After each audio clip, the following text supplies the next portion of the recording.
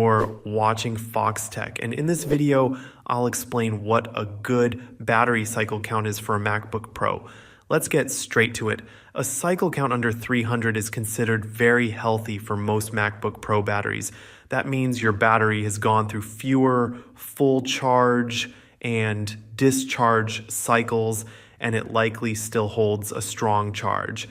Apple designs most MacBook Pro batteries to last through around 1,000 cycles while still keeping up to 80% of their original capacity.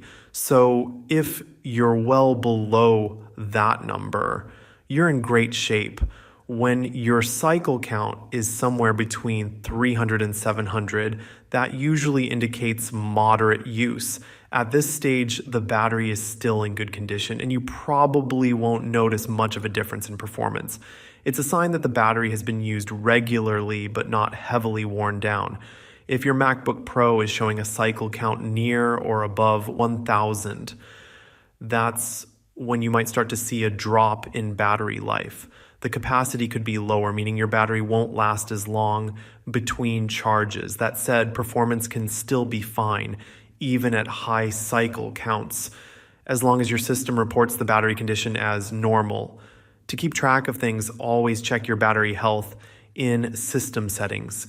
If you notice fast draining, overheating, or your MacBook shutting down unexpectedly, it might be time to consider a battery replacement. Thanks for watching.